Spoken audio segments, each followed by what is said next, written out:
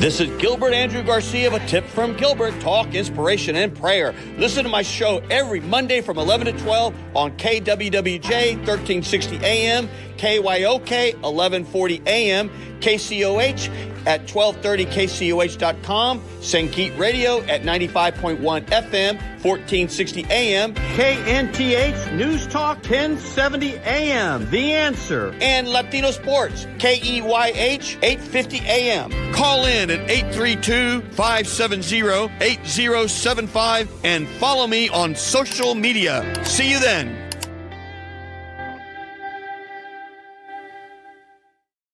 All right, Houston, Harris County, this is Gilbert Garcia with another tip from me. Talk, inspiration, and prayer. Thank you, studio audience. And, of course, boy, we have been off FIFA all the time, like 24/7 the last couple of weeks. And I got to tell you, in the Garcia household, all we can do is say, oh, my God, but that's okay because the women are next. And let me tell you, if you want to see some athletes, come look at the women. They're unbelievable. And, of course, the success they've had over the years has just been phenomenal. And I've got a guest. And, of course, I date myself here because Ed Sullivan was, of course, Johnny Carson before Jay Leno, before, you get where I'm going.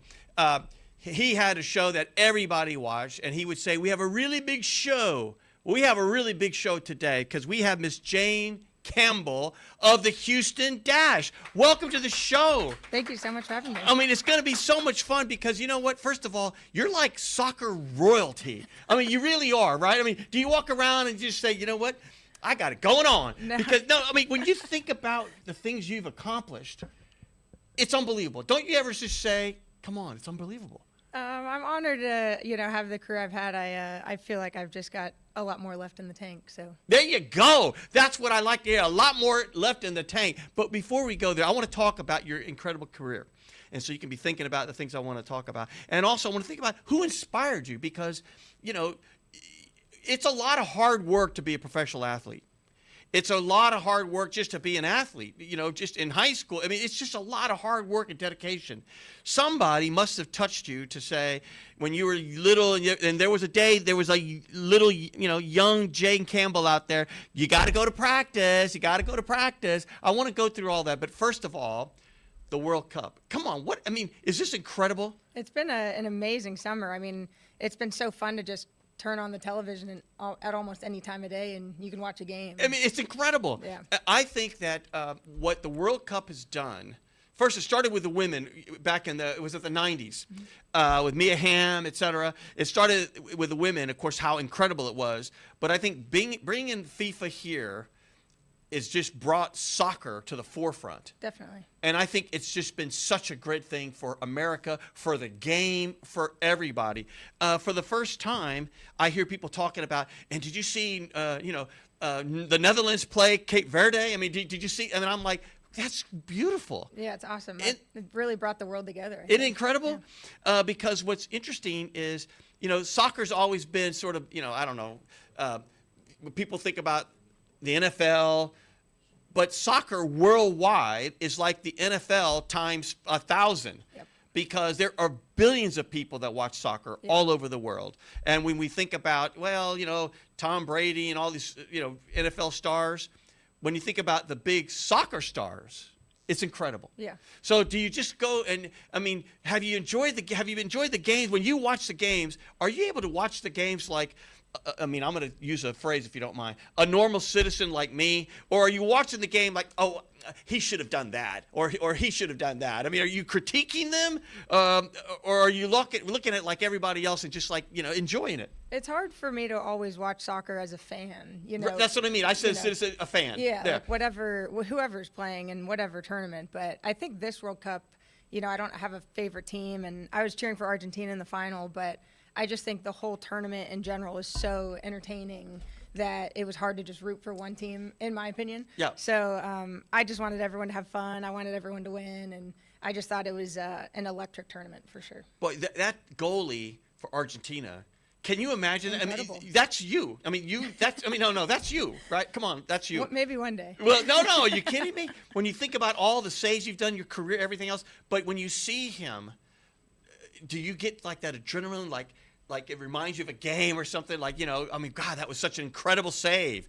I mean, he was incredible. Yeah, he was great in the final. I think the goalkeeping this tournament has been phenomenal. I mean, there's been some no-name goalkeepers who have had world-class performances, and then everyone figures out who they are. And I think that's the special part. I feel like the goalkeepers and the defenders never get that much love, which is okay. But That's right. I think this tournament, there have been some amazing performances, and I'm glad that, the goalkeepers kind of showed out. Well, you know what, producer, if you could find one or two of those clips of mine, I'm going to show you something. I had such a blast with this whole thing.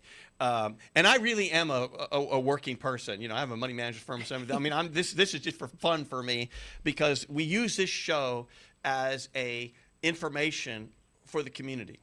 And so I've had everyone from the district attorney to I've had people from, I've had Beto O'Rourke talking about running for president. I've had all these people to talk about their lives. But I've also had sex trafficking survivors, cancer survivors, all these things. And at the end of the day, what's really unique about all my guests is there's an element of something bigger than themselves, whether it's spirituality, whether it's team, but it's about believing in something bigger than yourself. And they always have an extraordinary story. And I want to go through your extraordinary story in just a moment, because this is going to be a fun show. And I'm going to show you, I've had a lot of fun. Did you read about the whole thing about this lady from, is it Colombia, producer? Brazil, that she's a psychic, and she said that aliens were going to come to Houston, to the world? I didn't hear that. Oh, okay. Okay. You're going to love this. Yeah, how exciting. Yeah. Oh, you're going to love this. Not only was she, and by the way, she's got like 30 million followers. So this is not like like Gilbert Garcia just saying there at Times Square, and I really think aliens are coming. No, this is like, a person that really people follow her dreams and things. She said aliens, okay, here we go. Okay, are you going to put it on? Okay, get it up for me. She said that aliens were going to come, and she had the exact date, and they were going to come to Miami. Okay. So I was on a quest to see if aliens were coming. So that's... and what'd you find? Well, guess what? They're still maybe on the way, okay. But they haven't come yet.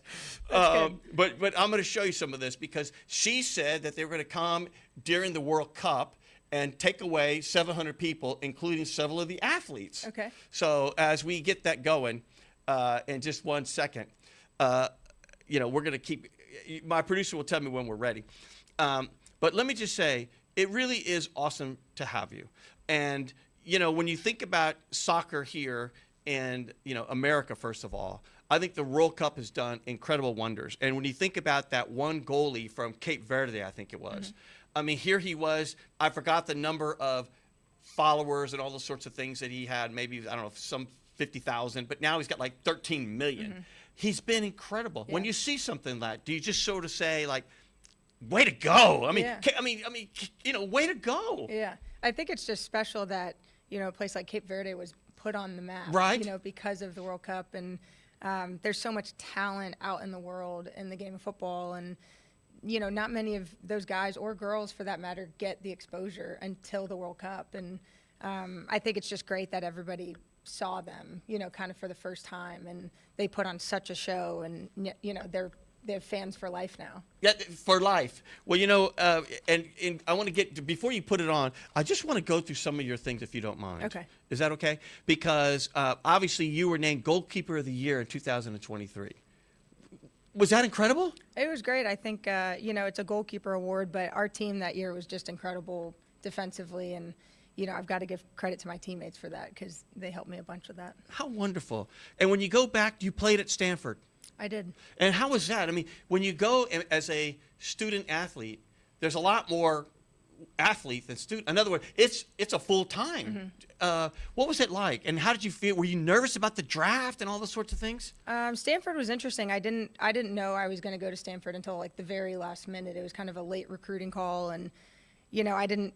Unfortunately, my mom will kill me for saying this, but I wasn't that academically motivated. So going to Stanford for me was quite intimidating.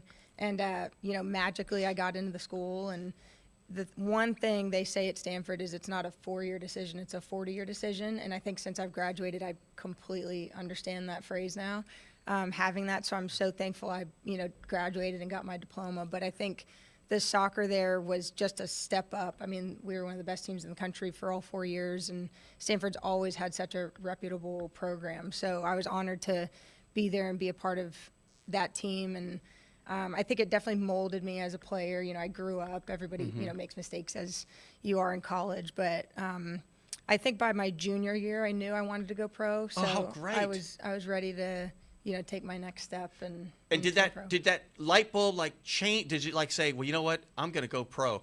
Does that mean you? I don't know.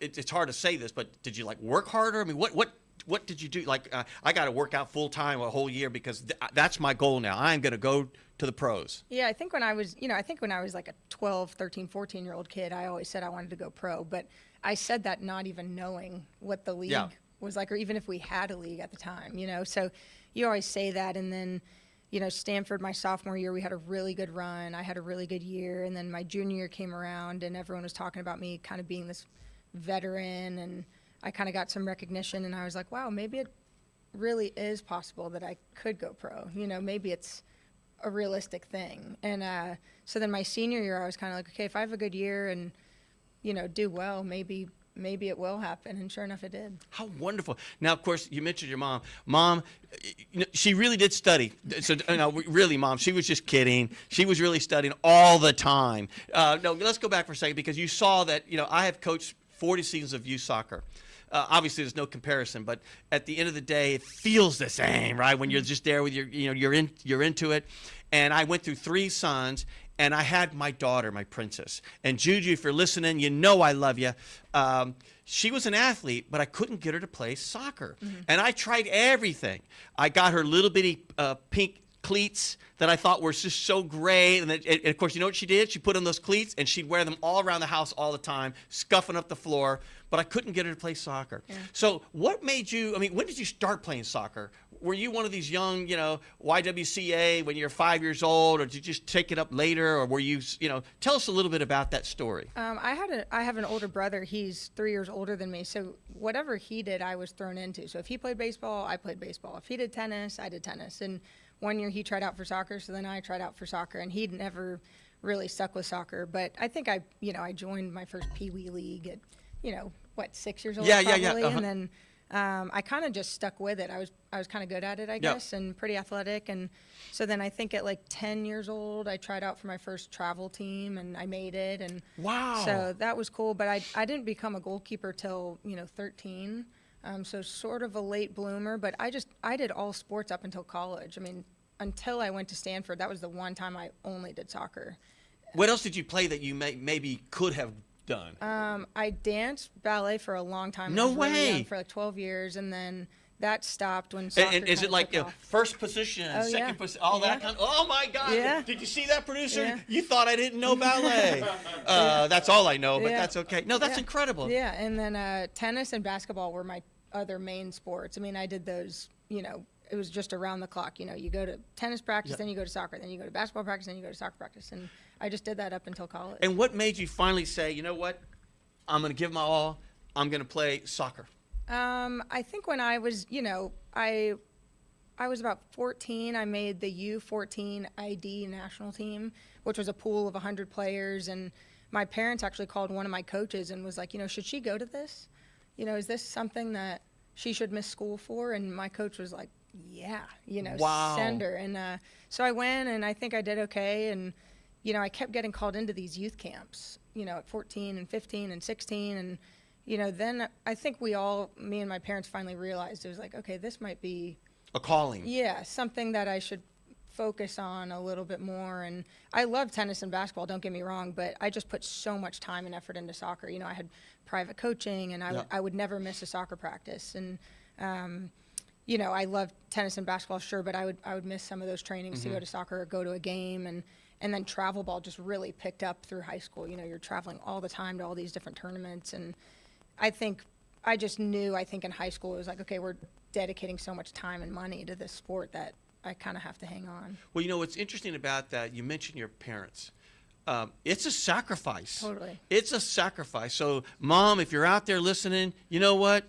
we love you because we know, I'm a parent, it's a sacrifice. Yep. Because they were probably there, your number one fan, cheering you on when Yep. you had tournaments, and the sacrifice monetarily, everything, Yeah. right? It's Yeah. got to be. Yeah, I think, looking back, I always tell my parents, I'm like, you guys were crazy for spending all that money on me Yeah. and putting me through soccer. I think it's, that's the one thing in the United States I think we should fix is how expensive it is to play. But, I credit all of my success to them and my brother. Just, so many things that I missed or, they had to put on the back burner just so I could drive an hour and a half to training. I'm like, that's Wonderful. crazy. Yeah. And what's your bro doing now? He's in the Coast Guard, still serving, and he's stationed up in Eureka, California. And does he see you? Do you get to talk to him? He's He- got to be so like, that's my sis, Yeah. that's my Jane.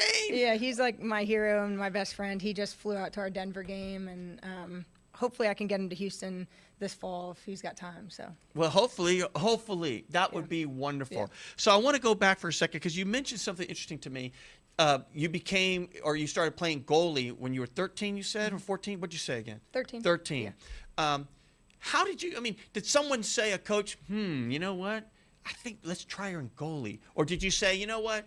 I want to be a goalie. How did that happen? Yeah, I said since I was like 9, I wanted to play in goal. But I think that had a lot to do with my basketball love, because I was so hand-eye coordinated, and same with tennis. But I was so good at, catching the ball. I wasn't really scared to dive and roll around. And, when I tried out for my first travel team at, 10, I was like, I want to play in goal. And they were like, you're too athletic. We don't want you in goal. We need you on the field so you can run around. And I was kind of like, dang, I really want to go in goal. And Yeah. then at 13, my coach was like, you probably should start to specialize in a certain position. Something, And yeah. I was like, well, that's easy. I want to go in goal. And she was like, are you sure? And I was like, never been more sure. Wow. Yeah. And look at you now. Yeah. And you're still sure. Oh, yeah. Yeah. You got to be sure Yeah, now. yeah. Because there ain't no turning back. know, no Especially changing with now. all your records. I'm going to go through them all because they're ridiculously great. Oh, thank you. No, well, thank you for being you. No, it's super great. And so a couple of other things I was going to say is, so when you look at, do we have one of those things teed up? Okay, you're going to love this, especially if you don't know her. This is the lady from the Brazilian Psychic.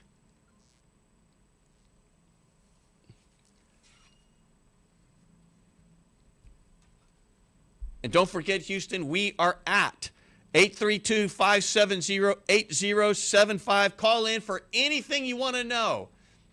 Here we go. Brazilian psychic Vova Bahiana is going viral after claiming that a UFO mothership. Brazilian psychic Vova Bahiana is going viral after claiming that a UFO mothership will appear over a major sporting event in Miami on June 24 and take 700 people away. Planet Earth, this is Gilbert Garcia, the tip from Gilbert. I'm here in Atlanta. I heard that aliens are coming to disrupt the World Cup. I'm making sure there are no aliens. Wait! Just making sure they're not in Atlanta.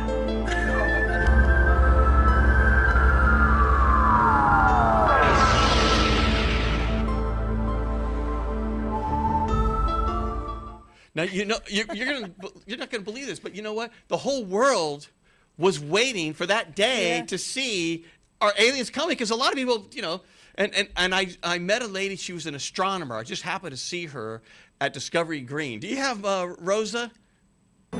Okay, Planet Earth, this is Gilbert Garcia, tip from Gilbert. I'm here with Rosie. She happens to be an astronomer. And so she knows all about the heavens. So, Miss Rosie, what are you hearing about the aliens? That they coming together. They coming here in Miami, Orlando. They coming where the World Cup is. My goodness, and guess what? The World Cup is here. Oh my So goodness. I know what that I means. shouldn't have came here. I knew I shouldn't have came. But Bo says they're going to Miami, so I think we're safe. Oh, thank God. I know. What a relief. Yes, I know. Planet Earth. This is Gilbert Garcia of A Tip from Gilbert. Bo, I've been trying to communicate with the aliens. I know they're coming today. So I'm still ready and waiting.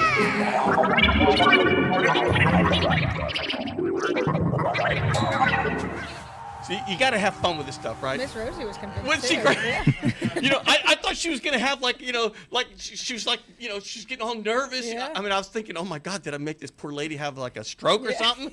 Oh my God, no, it's fun. And I don't know if you saw some of these things. There was a guy from Japan, I think he was, and there were some Americans that took him around here in Houston. Did you see any of those guys? He went viral, this guy. Did you see any of that or no? I've seen the guys who are like trying new foods. That's and going right. to Okay. Buc-ee's, There's yeah. one, Buc-ee's, of course. Yeah. You know, that's incredible. Well, what's interesting is they showed him, and he's at Whataburger. Oh yeah. Did you see that one? No, but And- I can imagine. yeah, how and they- got him like 3 huge burgers. One was like a double meat, double cheese, and all this stuff. And so he was there, and he got one, and he bit into it, and he's got like stuff dripping all over the side and everything. He goes, we need Whataburger in Japan. And then they had another one where he was there, and they took him to some barbecue place, and he's not a tall guy. Yeah. And he's got a smaller head somehow, and his hands are small somehow. And then all of a sudden, he's eating this rib, this beef rib, and I mean, it's like this big, this wide, and there he is, and it's like covering his whole head. He took a and bite out of it. He's got things, and he can't even Yeah. talk. He's like, this is so great. That's what the World Cup does. It sure does. I mean, that's what it does. Yeah. How do we build here in America as an athlete, a star athlete, which you are?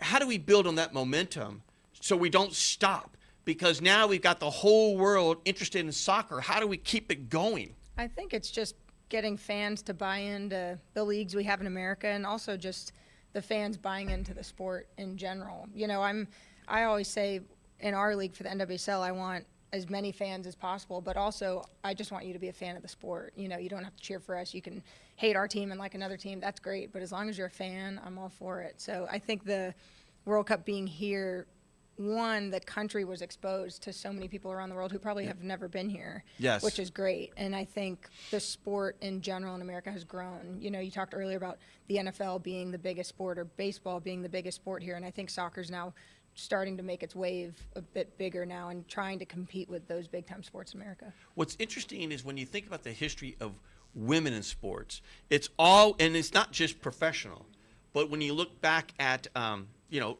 in high school and all these sorts of things, there's always been rules that had to happen to make sure there's equal funding, there's equal opportunity. And if you go back, I think the pioneer, when I look back, it was Billie Jean King in tennis. Yep. Because she was the one that said, wait a minute, how come they make all this money and we make, you know, such a small amount Right. relative to them? And she's the one that really started the whole Virginia Sims deal and get, you know, a sponsor.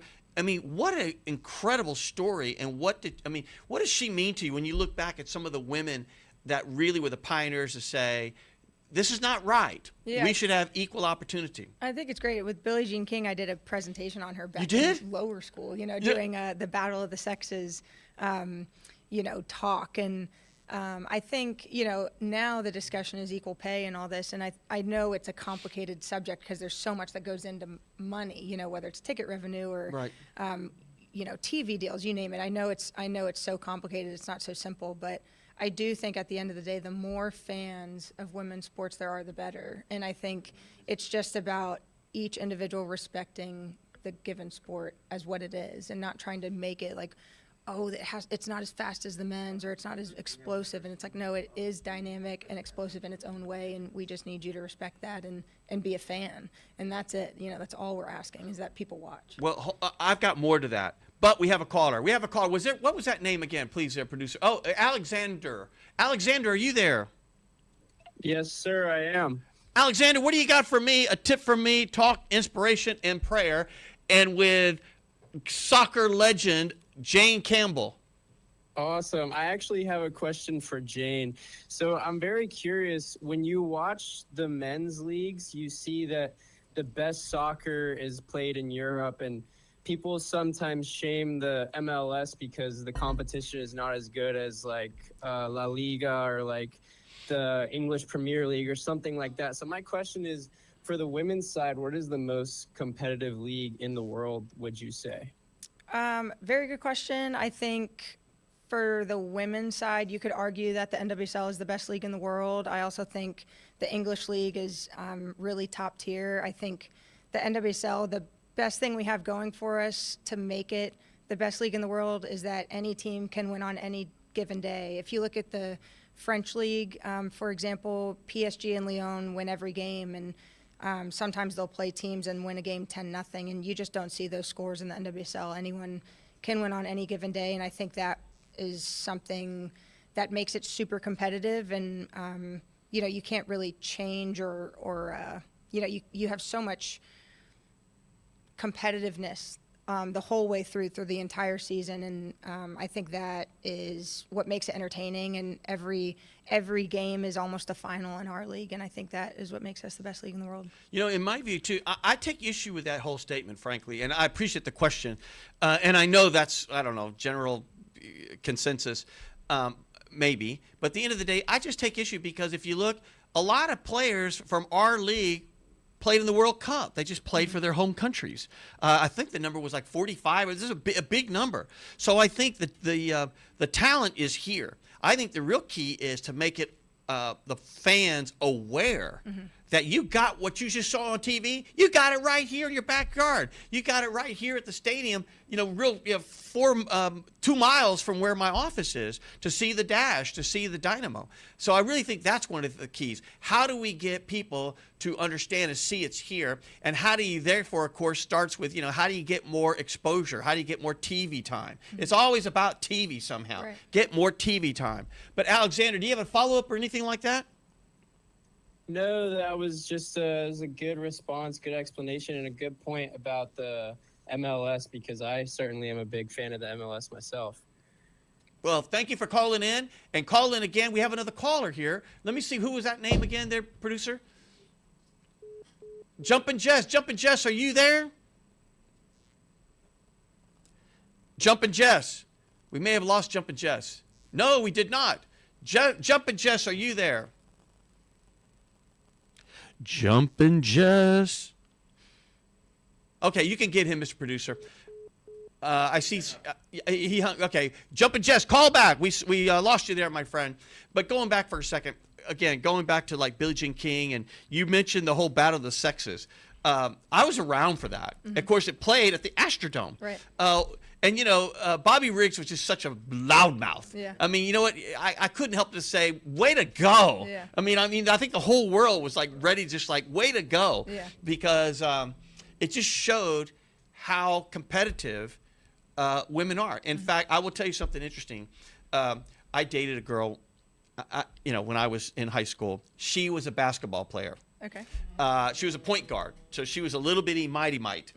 And she played in the varsity team, and our women's team was real good, etc. And I mean to tell you, the women were more fierce than the men. Yeah. I mean it. I mean, the women, you talk about just they were just tougher than tough. And seeing my daughter, she played basketball. And my daughter, she had 3 older brothers, like you, an older brother, and she would do what they do. And when you are a young girl with 3 older brothers, you just got to survive, Yep. right? Yep. My daughter would label her food in the refrigerator because she didn't want, if there was something that's hers, she would say, this is Juju's, Yep. And she would always call out one son, Ben, and that means you, Ben, don't eat it. And she would label her food because she's just got to survive. But she was vicious out there on the basketball court. So I think I take a little issue with the whole thing, which is I think the women are more fierce. And maybe it's because in many ways they've had to be better then. They've had to be more physical then. They just have had to be.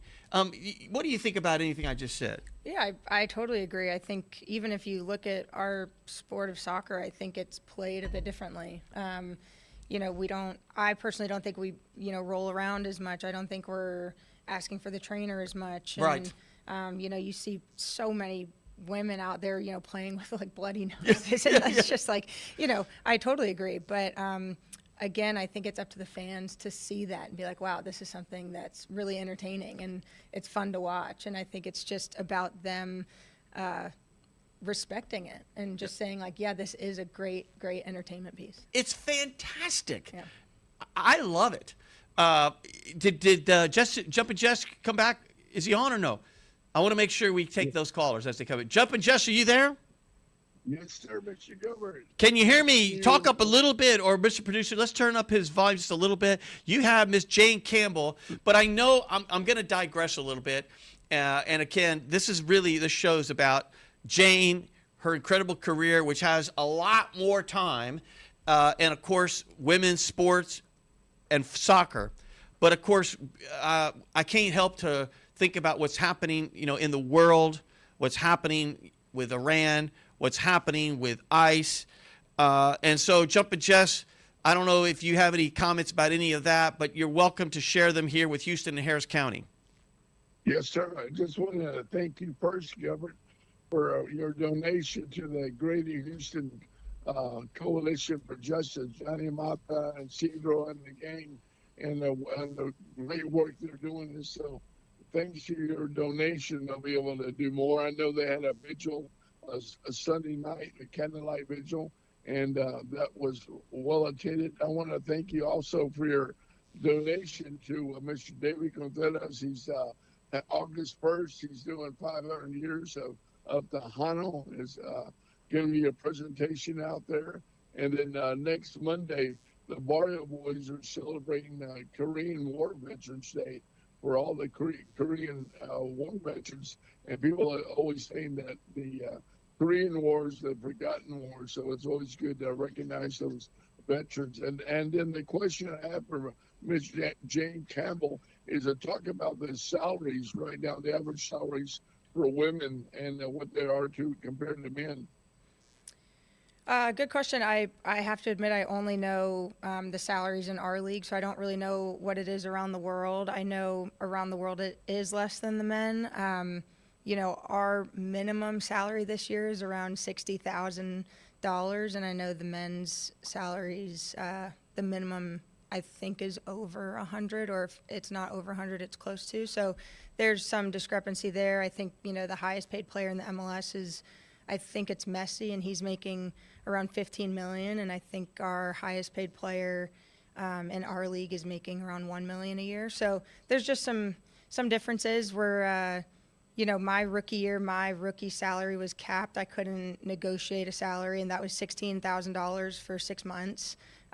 Even the women who came before me, they were making $6,000 for 4 months. So it's definitely grown. I'm so thankful that the league is going in a positive direction, but we still have a lot of work to do, and we're here for the long haul. We want to help you get there. Thank you. We want to help you get there because you deserve it. It's a great, not that this is going to sound rude, but I can't think of another way to say it. It's a great product to watch. Yep. It's just a great product. Jumpin' Jess, I didn't mean to cut you off, but you have a follow-up with her, but there is no doubt it really starts with the fans. Everyone, Houston, Harris County, go see the Dash. Go see the Dynamos. Don't let the sport of soccer, just because it's FIFA and all that and all the Messis and all that, there are good athletes, and they're going to be given their heart and soul out there in the field. They put it all out in the field. Go see them. But go ahead, Jumpin' Jess. What else do you got? I don't want to sound sexist, but when they're as attractive as Miss Campbell, I'll definitely be out there this year. I'm flattered. Thank you so much. Well, you know what? I don't know what to say about that. But except you know what? Wait a minute. What about me? Look. Are you watching me? Are you on your radio, or are you watching me live? Because look. I spent like an hour in hair and makeup. And she spent like 2 minutes. What am I? Chopped liver over here? But no, that's okay. You're looking sharp, Gilbert. I watch you on YouTube every week, and it's the best way to watch you live on YouTube. And I just want to tell everybody, if they don't see you on YouTube, they're missing out. You are a very good-looking man. Give me some. There you go. Thank you for that. I'm a good-looking man. Well, I appreciate that, Jumpin' Jess. And again, when you think about, well, first of all, thank you for the comment about the donate. We made the firm and I, which my name's on the door, so it's my firm, really. We gave $15,000 to Johnny Mata, who's a legend, and of course is helping this family whose son was murdered by ICE, and I'm not trying to get political here with you or anything like that, because we want to keep it with where we want to be. But at the end of the day, like anything else, as a Latino business, and we're one of the largest in the country, we're a women and minority-owned firm, so we believe in the same things that, you're struggling for, we are. And at the end of the day, if we don't help the community, if we don't support women's athletics, then, if not us, then who, right? The whole saying, if not now, when? Right. And that's one reason why I wanted to have you, because I saw your accomplishments, and they're through the roof, and we're going to go through them. Jumpin' Jess, thank you for calling, my friend. Okay, we have another caller. Let me take this call. Isidro, are you there? I am here. I'm honored to be on your show. Oh, Gilbert. Well, Mayor. I ran for mayor. I heard. Yeah. Well, thank you very much. I had a blast of all time. I was a, nowhere person because, obviously I'm a business person, et cetera. And there were 18 people. I came in third behind the mayor, who was 50 years in the Senate, and behind an icon, Sheila Jackson Lee. And I love Sheila Jackson Lee. And she's done so much for the community. And she was 40 years in the Congress. She came in second. And by the way, here's some inside baseball, if you don't mind. I came in third. But thank you, Isidro. Stay with us. Don't leave. Whenever we would have these debates, and we'd have debates all around town, and we were on TV debates and this and that. God bless her, Sheila always wanted to make sure she was next to Garcia. She'd say, and put me next to Garcia. Oh, what did Hannah just say? Women's sports continues to grow, and viewerships, talent, and global impact. It's time for the compensation. Keep going there, Hannah, to reflect that of reality, equal commitment, elite performance, and the ability to inspire millions deserves fair investment. Paying women athletes better isn't just about equality. It's about recognizing their value, supporting the next generation, strengthening the future of sports for everyone. Let's invest in excellence wherever it competes. Thank you, Hannah. That's wonderful. Cesar, don't leave me. So she'd say, I want to be next to Garcia, because she and the mayor, the mayor now, didn't really see eye to eye, right? And so she always wanted to be next to me, and that's some of the inside baseball. And we would just have a blast together. That's awesome. Yes, thank you so much. She always said to me, she goes, Gilbert, remember, she goes, you might be my opponent, but you're not my enemy, because we were good friends. In fact, I was chairman of Metro, all the buses and light rail and all that. I was chairman of that. And I can tell you wholeheartedly, we got $900 million from the federal government. We used it and built a $7.5 million extension to the light rail, which was about a $2 billion investment between monies that we borrowed, et cetera.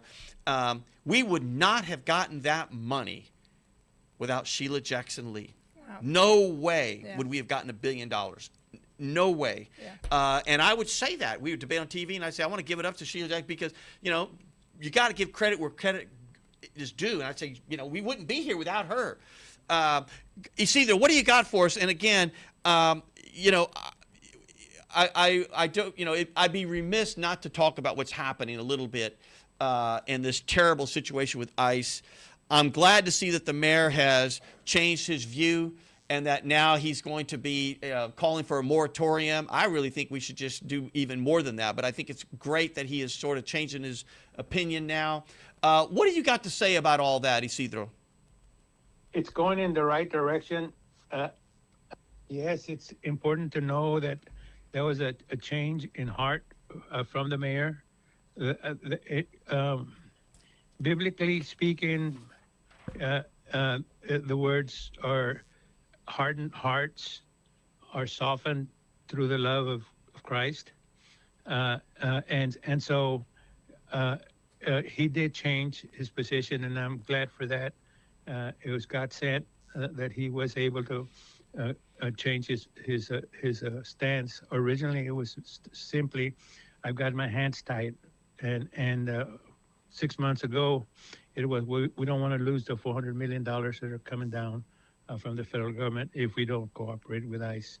So the fact that now he was able to see the energy behind, the truth will always surface, and righteous will always outdo any evil.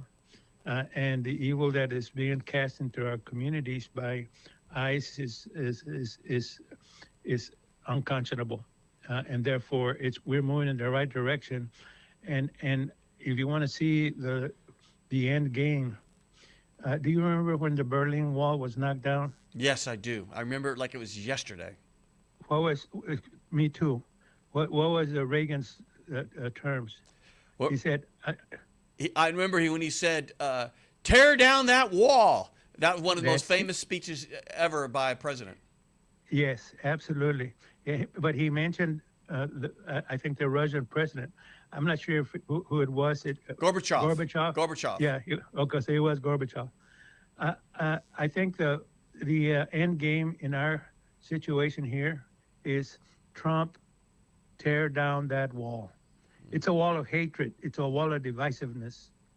We have human beings on the other side. We'd only see the beauty and of what's happening to Mexico through Claudia Sheinbaum Pardo, a female that has, in a very short period of time, has become the most popular a leader of any country in the world by world standards, not by us saying it.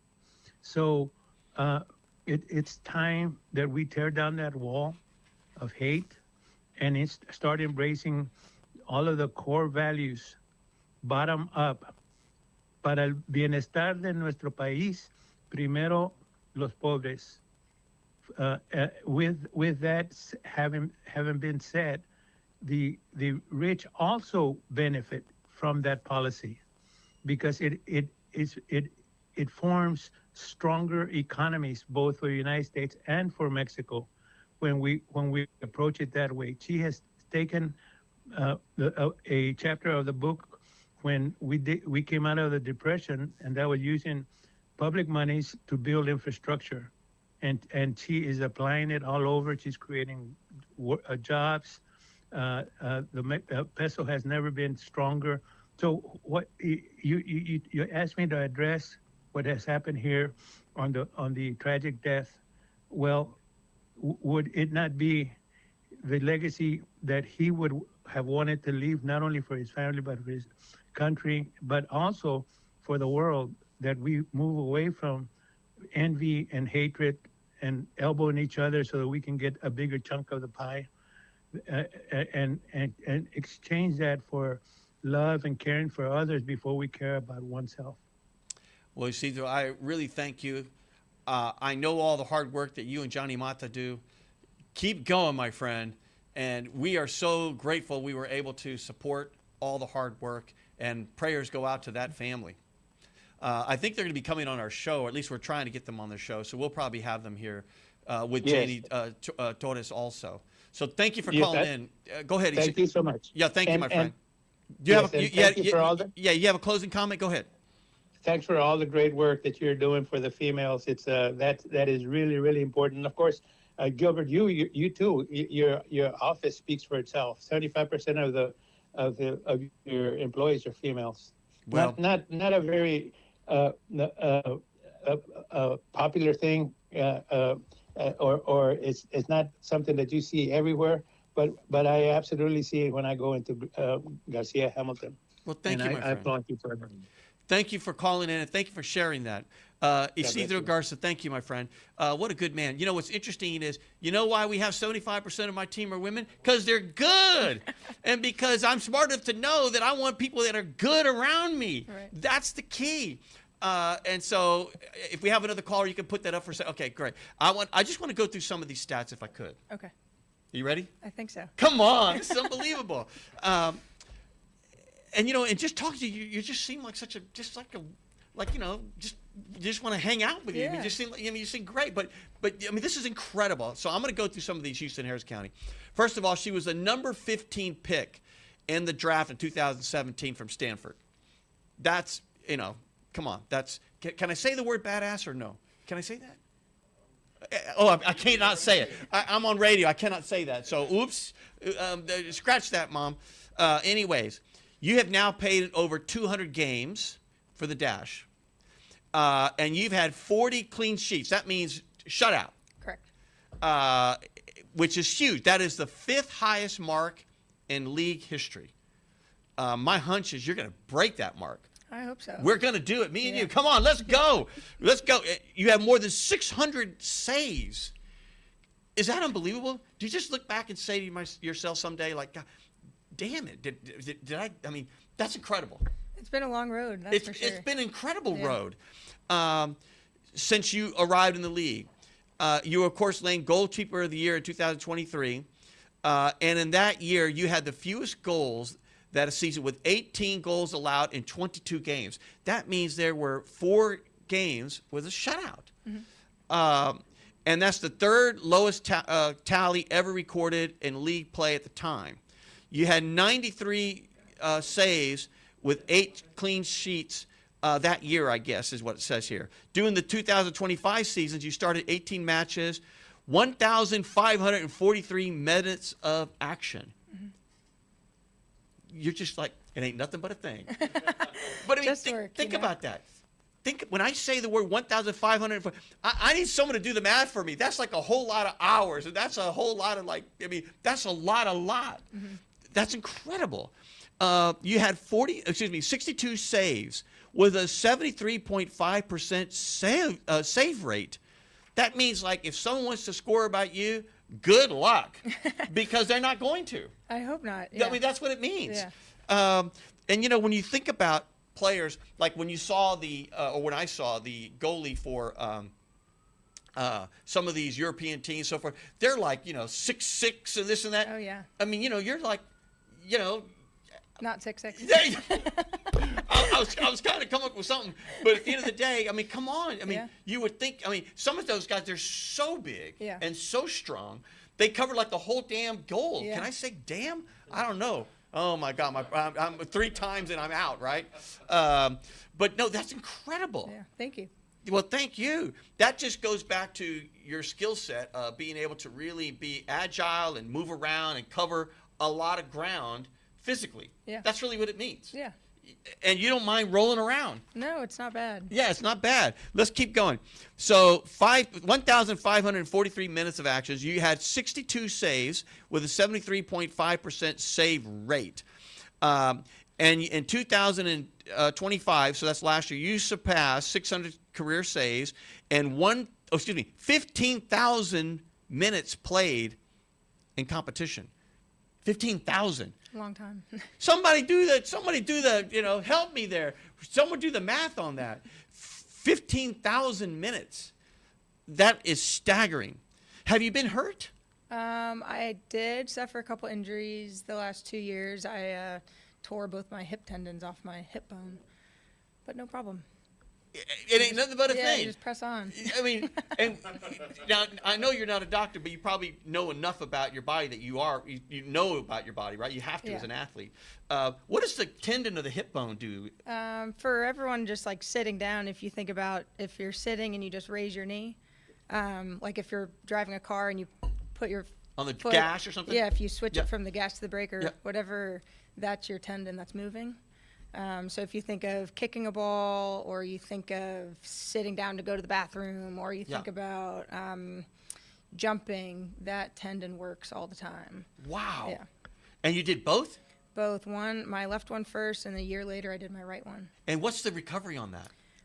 Both are 12 weeks. I elected not to do surgery just because the surgery and non-surgery recovery time was the same, and so fortunately, they both occurred at the end of the season, so I had the 12 weeks of off season to praise the Lord. Rehab, and that was good. And was it like, is rehab part of it like just stretching and things, or they got to go in there and like, or you got to be bedridden or something? Yeah, you got to for the first 6 weeks.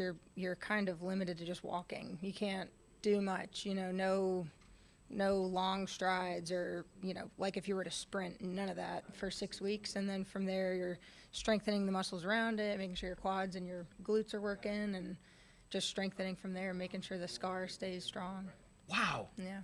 Well, congratulations. Thanks. So how many games have you missed? Because of those injuries, I missed 1 game at the end of the season. That's it? For the first one, and then my right one, we really rushed the rehab, and I missed 4 total for that. That's like nothing. Yeah, I was fortunate. I mean, when you think about your career And when you think about all those minutes, 15, so it kind of goes back to, you can have great athletes, but they're not able to be on the field all the time. Right. But you're one of those athletes that is on the field all the time. Knock on wood, yeah. You're the dash, you're like the best investment they could have ever made. I hope so. I hope they think that. Well, Dash, come on. I think we have another caller here. Let's get this caller in, and I wanted to go back to some of these highlights again. Go ahead there, Mr. Producer. What was the name on that one? Vicky Cruz. Vicky Cruz, is that you? Vicky Cruz. What's happening, Gilbert Garcia? What are you doing? You got me, a tip for me, talking, inspiration, and prayer. And we're talking about Miss Jane Campbell and this incredible career. And she's got a long way to go, though. I'm listening to it. Isn't it incredible? I'm like, oh my goodness, all this work, all what it takes to be on that field. I mean, they make it look so easy. I'm like, man, I can't even sit here and go run around the block without losing breath. Well, what's interesting is the parallels between what the women's pro athletes have to go through. It's the same things with the parallels that women in my profession have to go through. I'm sure you've seen that in things in your life. At some point, we just got to get better equality because it's, number one, it's just the right thing to do. But go ahead. What do you got for us there, Vicky? No, I want to give a huge shout out to the Dynamo and the Dynamo Dash. As far as Mission One USA, they donate constantly to our heroes, all the little ones, the Glow Girls, everyone that are in the program. They are one of our major supporters. So I shout out because we enjoy coming to the stadium to watch you play, Jane. Thank you for being there. It's a huge honor to have you guys, and bring all the people you can. We love having you. Oh, absolutely. Absolutely. So thank you all so much to the Dynamos. And so what are we doing now? We're going to be at the apartment complex. I'm not sure if you got that email, Gilbert, the 21st, 22nd, 23rd here in the East End, the Willow Creek. This month? Patricia Manor. Oh, yeah, this week. Okay. This week? week. Oh, my goodness. Keep going. I didn't mean to cut you off. Yeah, 21st, 22nd, 23rd. And then on August the 1st, we have a back-to-school drive with Marco Gonzalez. So we're hosting 1,500 backpacks giveaway. So I think I put you in connection with Is him. that the Gonzalez law firm? Yeah. The Gonzalez okay. law firm. Is that a Mr. Gonzalez? Yeah. Mr. Marco Gonzalez, I apologize to you because I know you've been reaching out to me. I've been traveling. And by the way, I had just a terrible time trying to get home from New York. I took my wife to see Lionel Richie in Philadelphia. And then we went to New York to see my son. He's a young Wall Streeter. And then we went to see Jericho Ball, which is sort of Cats Part 2. And I was trying to get home. And you know what? My flight was supposed to be at 10 or something like that, and I barely made a flight finally at 3 o'clock, and I got home. By the time I got home, it was like 8 o'clock, and it was just terrible because of all the storms, and Southwest Airlines canceled my flight, didn't give me any warning. It's just, oh my goodness. Wow. So Mr. Gonzalez, I apologize to you. So tell me again real quick. I don't want to use time, but real quick. So did he need money for backpacks or something? What was it again? We're still in need of supplies. I'll send over the flyer, but we're still in need of some supplies. Can I give $1,000? Yes. Will that help? Yes, absolutely. Yes. You know it will, and I'll come by there right now. I'm just kidding. No, I'm not kidding though.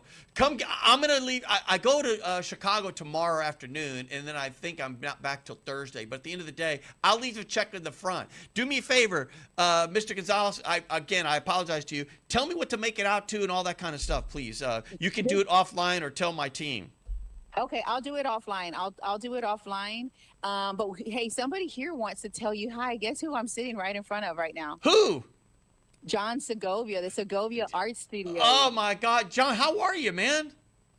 Hey, what's going on, Gilbert? Right, How's everything? And how's the whole art scene here going on in Houston?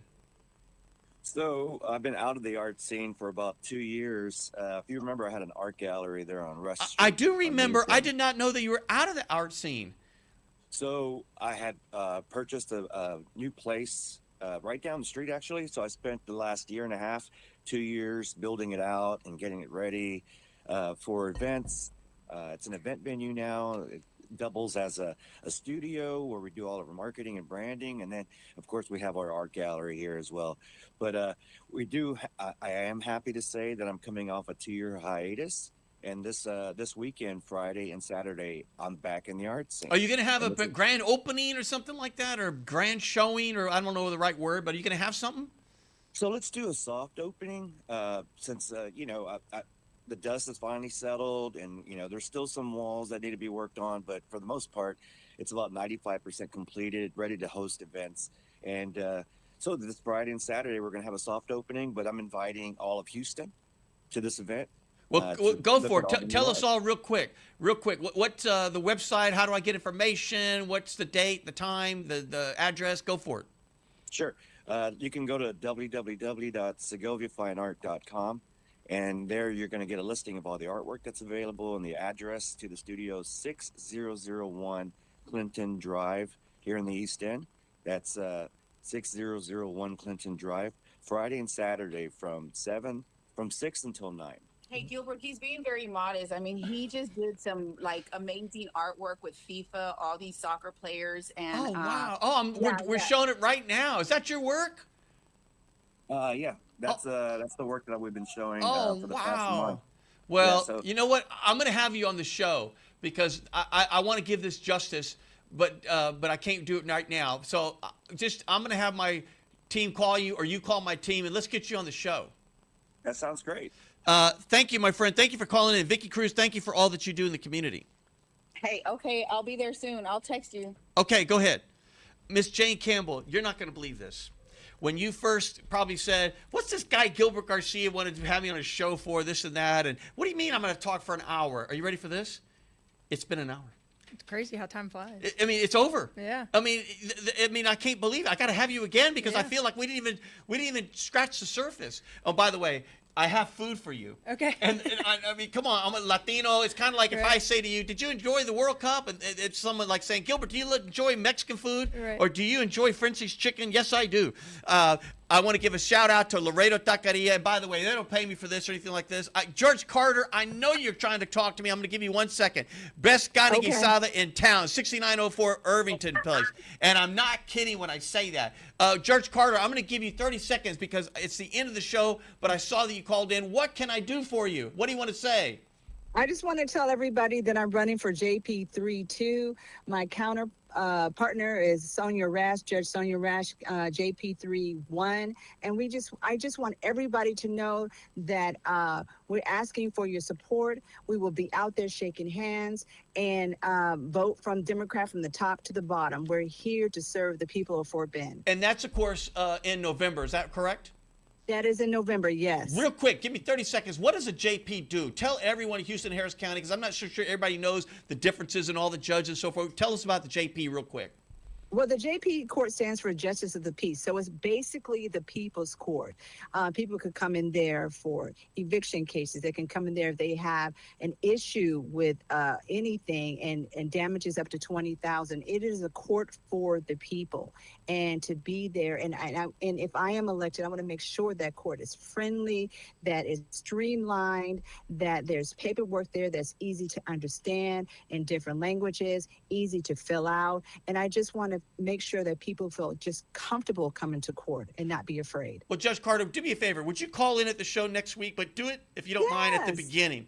Because I feel like I'm not doing this justice, and I don't mean to have a pun on words there, but I'm not doing justice to the justice. But thank you for calling in.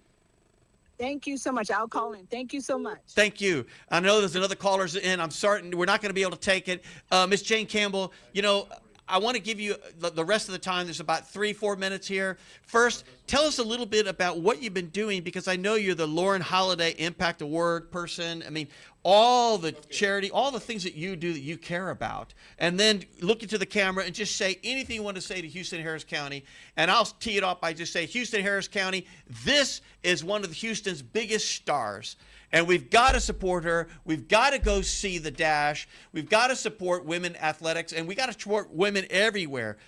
Because as my wife always says, you know what? There's a reason, because women rule the world. And so we got to do that. So go ahead. It's all you. I would just say a lot of work I have passion for is helping our wounded veterans and all the veterans who have served this great country. My whole family is military except for me, so I'm kind of the oddball. But for me, it's just giving back to them and all their sacrifice. So shout out to all the veterans. Thank you so much for your service. And I would say to Harris County and Houston, come on out to a game. Our next home game is this Friday at 7 p.m. against the Bay. And we've got 3 home games coming up. So please come out, bring your friends and family and whoever you may know. And we'd love to have you and draw a big crowd and give you some entertainment. Let's do it. Houston, Harris County, let's give it up for Miss Jane Campbell. What an extraordinary athlete she's been, and what a great citizen she's been to Houston, Harris County. And Houston, Harris County, this is Gilbert Garcia with a tip from me saying, we will see you next time. Woo!